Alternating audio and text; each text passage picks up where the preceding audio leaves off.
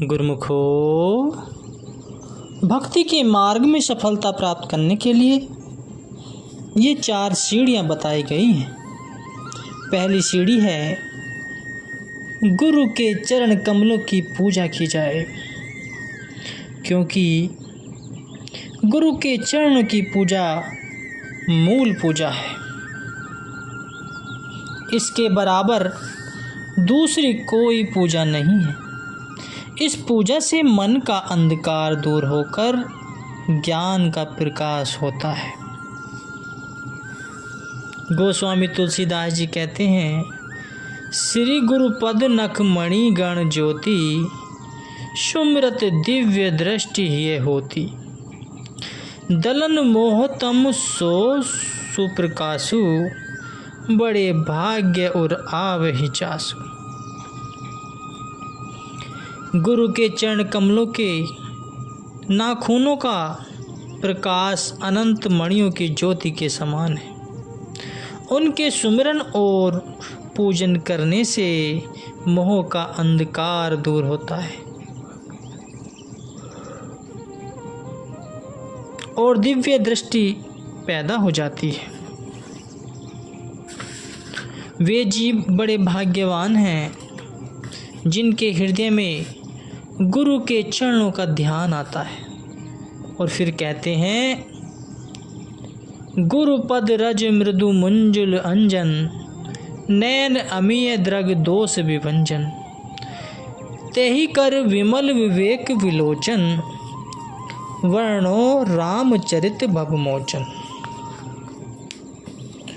गुरु के चरण कमलों की जो रज अर्थात धूलि है, वह सुंदर कोमल अंजन है, जो नेत्रों के लिए अमृत का असर रखता हुआ उनके समस्त रोगों को दूर करता है। तुलसीदास गोसाई जी कहते हैं कि मैं उसी गुरु के चरण रज रूपी अंजन से अपने नेत्रों को शुद्ध और साफ करके, अर्थात अपनी आँखों को निरख परख वाली आँखें बना करके श्री रामचंद्र जी महाराज के चरित्र का वर्णन करता हूँ, जो संसार का भय दूर करने वाले। भाव यह है कि सब गुरु ही के चरणों कमलों का प्रताप है, वरना मुझ में इतनी शक्ति कहाँ है। मैं गुरु की सूरत का आशिक हूँ, मेरा मन उनके वचनों से साफ हो गया है। जब मैंने उनके चरणों और चरणों की रज को लिया तो मन का अंधकार सब कुछ दूर हो गया। गुरुमुखो, दूसरी सीढ़ी गुरु की मूर्ति का ध्यान किया जाए, क्योंकि मूल ध्यान गुरु ही की मूर्ति का ध्यान है। और जितने ध्यान हैं, फल तो कुछ न कुछ सबका होता है, परंतु वे ध्यानी को माया के घेरे से बाहर नहीं ले जा सकते।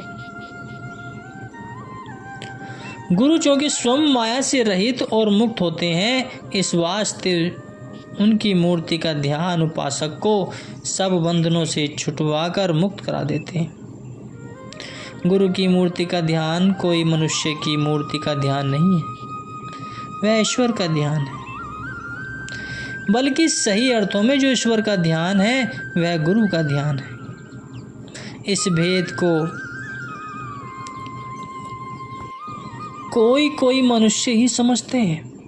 आम जीवों की समझ में इस बात का आना कठिन है। जो लोग गुरु को मनुष्य ख्याल करते हैं, वे भक्ति के रास्ते में उन्नति नहीं कर सकते। कबीर साहिब जी वचन करते हैं, जो अपनी रामायण के शुरू में गुरु की महिमा का इस प्रकार वर्णन करते हैं कि बंदो गुरु पदकंज, कृपा सिंधु नर रूप हरि, महामोहतम पुंज, जासु वचन रवि कर निकर। मैं गुरु के चरण कमलों को वंदना करता हूँ, नमस्कार करता हूँ। कैसे हैं गुरु महाराज? मनुष्य रूप के अंदर साक्षात ईश्वर है, अर्थात मालिक कुल ने हमारे उद्धार के लिए नर रूप धारण किया है और मन के आकार पर जो मोह का अंधकार छा रहा है उसका नाश करने के लिए जिनके वचन सूरज की किरणों के समान हैं, भाव की जैसे सूरज के प्रकाशमान होते ही अंधेरा भाग जाता है, ऐसे ही गुरु के वचनों के प्रकाश से मन का सब अंधकार दूर हो जाता है। अगर तूने गुरु के रूप को ग्रहण कर लिया तो उस गुरु के रूप में परमात्मा ईश्वर दोनों शामिल हैं, अर्थात गुरु के स्वरूप से ईश्वर और ईश्वर का अवतार भिन्न नहीं है, वे उसी में आ गए हैं। एक और साहिब जी फरमाते हैं, अगर तू मालिक के दर्शनों का अभिलाषी है तो गुरु के स्वरूप को देख, उनकी सूरत पर आशिक हो जा, फिर उसी के अंदर उस पार ब्रह्म परमेश्वर के चमत्कार को देख ले। पंचम पातशाही जी गुरु अर्जुन देव जी महाराज का शब्द है।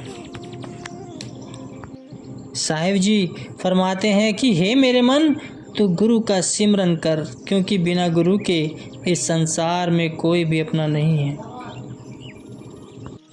हमेशा गुरु की टेक, गुरु का आश्रा और गुरु का ही आधार रहे। गुरु भक्ति के दाता हैं, उनकी प्रदान की हुई दात को कोई भी मेट नहीं कर सकता।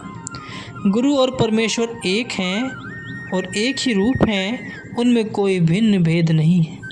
इसलिए गुरु को मनुष्य नहीं समझना चाहिए, बल्कि पार ब्रह्म परमेश्वर जानकर उनके चरणों की पूजा करनी चाहिए। क्योंकि जिस पर गुरु की प्रसन्नता है या जिसको गुरु ने परवान कर लिया है और जो गुरु की दृष्टि में मंजूर है, वही मालिक की दरगाह में स्वीकृत होता है, और जो गुरु के दरबार में स्वीकृत नहीं हुआ वह मालिक के चरणों में भी नहीं पहुंच सकता। और जिसका गुरु के चरणों में प्रेम हो जाता है या जिसका गुरु के चरणों में मन लग जाता है, उसके दुख दर्द क्लेश सब दूर हो जाते हैं और गुरु की सेवा से जीव सच्ची दरगाह में मान पाता है, सम्मान पाता है। इसलिए हे मेरे मन, तो गुरु के ऊपर अपने आप को निछावर कर दे। गुरु का दर्शन करके निहाल हो और उनके चरणों की श्रद्धा भक्ति के साथ सेवा कर, क्योंकि गुरु की सेवा से मन की सब कामनाएं पूर्ण होती हैं। जो गुरु का सेवक है उसको तीनों काल में कोई दुख नहीं व्याप सकता। वह संसार में सूर्य के समान चमकता हुआ दसों दिशाओं को प्रकाशमान बना देता है। गुरु की महिमा बेअंत है। जीवा में इतनी शक्ति कहाँ कि उसे वर्णन कर सके। परमेश्वर गुरु के रूप में समाया हुआ है। महाराज लिखते हैं कि जिन जीवों के पूर्ण भाग्य होते हैं उनका मन गुरु के चरणों में लगता है। आम जीवों की समझ में इस बात का आना कठिन है। गुरु ही माता, गुरु ही पिता, गुरु ही स्वामी और परमेश्वर है। गुरु सच्चा सखा, मित्र और सच्चा हितकारी है, जो अज्ञान नाशक, सुख का दाता और सदा सेवक के अंग संग रहता है। गुरु का नाम दाता है। वह सच्ची खुशी, सच्ची शांति, सच्चा सुख और सच्ची भक्ति के दान करने की प्रत्यक्ष मूर्ति और पारस है। गुरु सच्चा तीर्थ है। वह अमृत का सरोवर है, जहाँ स्नान करने से मन पवित्र होता है और ज्ञान की रंगत चढ़ती है। गुरु सबका कर्ता धर्ता और पापियों को पवित्र करने वाला है। इसलिए मुझे गुरु की संगति प्राप्त हो, ताकि उनके चरणों के साथ लगकर मैं संसार सागर से पार हो जाऊं। पूर्ण गुरु में सब शक्तियां भरपूर हैं, इसलिए उस पार ब्रह्म परमेश्वर रूप सद्गुरु को मेरा नमस्कार। गुरु ही ब्रह्मा, गुरु ही विष्णु, गुरु ही साक्षात महेश्वर, और यही नहीं बल्कि गुरु ही पार ब्रह्म परमेश्वर है। ऐसे जो सद्गुरुदेव हैं उनको मेरा नमस्कार है। संसार के अखंड मंडलाकार और चराचर में व्यापक परमेश्वर को जिसने दर्शाया, अर्थात जिसकी दया से हमको उस मालिक का कुल का ज्ञान हुआ, ऐसे सद्गुरुदेव को मेरा नमस्कार है। अज्ञान रूपी अंधकार से अंध नेत्रों को जिसने ज्ञान की शलाका से प्रकाश दिया, भाव की जिसने हृदय से मोह रूपी अंधकार का नाश करके ज्ञान रूपी सूर्य का प्रकाश किया है, ऐसे सद्गुरुदेव को मेरा नमस्कार। जब गुरु की है पदवी है तो फिर गुरु को छोड़कर और किसी तरफ क्यों ध्यान दिया जाए। इसलिए कहा गया है कि ध्यान मूल गुरु मूर्ति, अर्थात मूल ध्यान गुरु ही की मूर्ति का ध्यान है। गुरु की मूर्ति मन मही ध्यानु, गुरु के शब्दी मंत्र मनुमान, गुरु के चरण हृदय जो धारो, गुरु पार ब्रह्म सदा नमस्कार। दो बातें हो गई, अब तीसरी सीढ़ी सफलता की, मंत्र मूल गुरु वाक्यम, अर्थात जो गुरु का वाक्य है वही सेवक के लिए मूल मंत्र है। मंत्र किसी पोथी पुस्तक के अक्षरों या शब्दों का नहीं है। मंत्र के अर्थ सलाह या मशवरे के हैं या तकरीब अथवा मुक्ति युक्ति को मंत्र कहा जाता है, और यह मशवरा या तकरीब रूहानी मामले में केवल गुरु का ही वचन ही हो सकता है, और गुरु ही इस मार्ग में सच्चा मंत्री और सच्चा सलाहकार है। जिसको गुरु का यह मंत्र मिल गया उसका काम बन गया, उसकी भटकन मिट गई और वह शांत चित होकर एक जगह पर आराम से बैठ गया, और जिसको यह मंत्र नहीं मिला वह इधर उधर मंत्रों की उलझन में पड़कर गेंद की तरह कभी कहीं और कभी कहीं ठोकरें खाता रहता है, क्योंकि न उसे कोई अच्छा मंत्री मिला है और न ही वह मंत्र के असल भाव को ही जानता है। इसलिए ऐसे प्राणी को कभी ईश्वर पर भरोसा नहीं आता। मंत्र सिर्फ सलाह मशवरे को कहते हैं, और जो गुरु का वचन है वही सही अर्थों में सच्चा मंत्र है। उसी की कमाई करना शिष्य का परम धर्म। जिसने गुरु के वचन को उदारता से ग्रहण कर लिया वह संसार में रहता हुआ मुक्ति रूप है।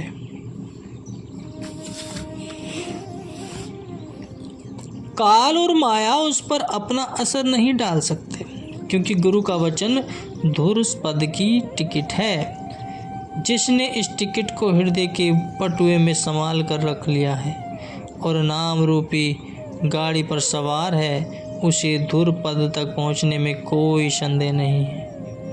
माया की कोई भी ताकत उसे राह में रोक नहीं सकती। वह उस खतरों से निर्भय होकर सहज ही अपनी मंजिल पर जा पहुंचता है। यह गुरु का वचन क्या है? दूसरे शब्दों में इसको गुरुमत या गुरु की आज्ञा कहना चाहिए। जो सेवक गुरु की आज्ञा में रहता है, अर्थात गुरु मत अनुसार चलता जाता है, वह निसंदेह सफलता को प्राप्त होता है। गुरु आज्ञा दृढ़ कर गए, गुरु मत सहजो चाल, रोम रोम गुरु को रटे, सो शिष्य होए निहाल। गुरु अर्जुन देव जी महाराज के दरबार में एक सिख रहता था, जो भंडार से भोजन आदि तो खा लेता, परंतु सेवा गुरुद्वारे की नहीं करता था। अगर सत्संगी उसे सेवा के लिए कहते तो वह यह उत्तर देता कि मैं गुरु का सेवक हूँ, तुम्हारा सेवक तो नहीं हूँ जो तुम्हारे कहने पर सेवा करूँ। जब गुरु महाराज जी कहेंगे तो मैं सेवा करूँगा। जब कभी भी कोई सेवा के लिए विपक्ष में उससे कहता, विषय में उससे कहता, तो वह यही उत्तर देता कि होते होते है बात फैल गई। गुरु महाराज जी ने भी सुना कि अमुक मनुष्य दरबार में रहता है मगर सेवा नहीं करता। एक दिन आप सत्संग कर रहे थे, सत्संग के बीच आपने फरमाया कि सेवा एक सार वस्तु है, इससे मन शुद्ध होता है और जिन अंगों के साथ सेवा की जाती है वे अंग पवित्र होते हैं, अर्थात हाथ पैर सब ही सफल होते हैं। जब मनुष्य इससे सेवा का काम कर ले, वरन यह शरीर किस काम का है। इसलिए गुरु की सेवा से ही जीव का कल्याण है। जो लोग सच्चे मन से गुरु की सेवा करते हैं, गुरु की उस पर प्रसन्नता होती है। सद्गुरु का सहज स्वभाव होता है कि वह हर समय अपने शिष्य के अवगुणों को ढकते और उन पर पर्दा डालते रहते हैं, परंतु यदि शिष्य की त्रुटियों को भी उस पर प्रकट न करें तो फिर उसका कुछ नहीं बनता।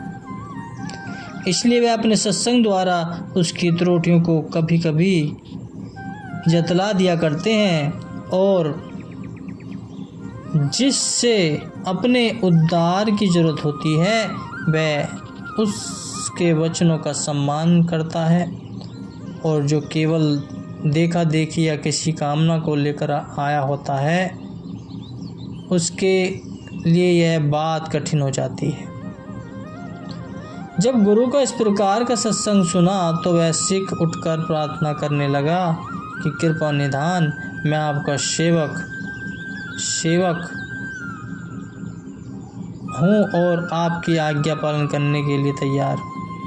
आप यदि मुझे दरिया में डूबने का या आग में जलने का भी हुक्म देंगे तो मैं इनकार नहीं करूँगा। परंतु इन लोगों के कहने से सेवा नहीं कर सकता। गुरु महाराज जी मुस्कुराए। अच्छा भाई, अगर तू हमारी आज्ञा का पालन करता है तो अगर हम तुझको आग में जलने की आज्ञा दें तो क्या उसे मान लेगा? वह बोला, अवश्य मानूंगा। कहना आसान है और करके दिखाना बहुत कठिन है। हाँ, लो तो कर ली, परंतु गुरु के वचनों की पालना तो वह करे जो गुरुमुख हो और जिसे गुरु के वचनों की कदर हो। लेकिन जिसको गुरु के वचनों की कदर ही नहीं है वह उसकी पालना कैसे करेगा? साथ ही जो मनुष्य सेवा करने वाला होता है उसकी जबान पर ऐसी बातें आती हैं कब, क्योंकि यदि वह सेवक है तो उसे सेवा करना उसका धर्म है, चाहे जिसके द्वारा भी हाथ आए। बल्कि भक्ति के नियम का तो यह है कि जिसके द्वारा तुम्हें गुरु की सेवा हाथ आए उसका एहसास और एहसान मानो, क्योंकि वह तुम्हें गुरु की सेवा देता है, जिससे तुम्हारा असली कल्याण है। दूसरे यह कि जो शख्स सेवा करने वाला होता है उसे तो कण कण से गुरु का हुक्म साथ मिला होता है। वह हर काम में गुरु का हाथ अपने से रोक ही कौन सकता है, और उसे सेवा की कमी ही क्या है। जिसे अपने गुरु की प्रसन्नता की ज़रूरत है उसे तो पग पग पर गुरु की सेवा का अवसर मिलता है, और भिलनी को किसने आज्ञा दी थी और वह युक्ति किसने सिखाई थी? वह युक्ति किसने उसको सिखाई थी कि यह रात को छुप करके भी ऋषियों के आश्रमों पर दातुन काट कर रखाती और उनके रास्ते साफ कर दिया करती। जो करने वाले काम होते हैं उसके लिए मार्ग हर समय खुला है। जो यही बातें बनाने वाले होते हैं उनको चाहे स्वयं भी सद्गुरु आज्ञा कर दें तो भी वह उसकी कदर नहीं जान सकते। गुरु और शिष्य का आत्मिक संबंध कुछ इस प्रकार का प्रसंग है जो हर मनुष्य की समझ में आना कठिन है। भक्ति को प्राप्त करने के लिए और कई उनके दरबार में वर्षों रहते हुए भी उनकी दात से खाली रहते हैं। समय दोनों का व्यतीत होता रहता है, परंतु उस समय में एक को तो पूरा लाभ उठा लेता है और दूसरा तेली के बैल की तरह दिन रात चलते हुए भी वहीं खड़े रह जाते हैं। सेवा भी करते हैं परंतु उसके फल को प्राप्त नहीं कर सकते। कारण उसका यह है कि वह सेवा के भाव को नहीं समझता, सेवा मन से नहीं करता। गुरु की सेवा, गुरु की ओर से कोई कसर नहीं होती। वे तो सबका भला चाहते हैं और सबका भला ही करने के लिए वे धरती पर अवतरित हुए हैं।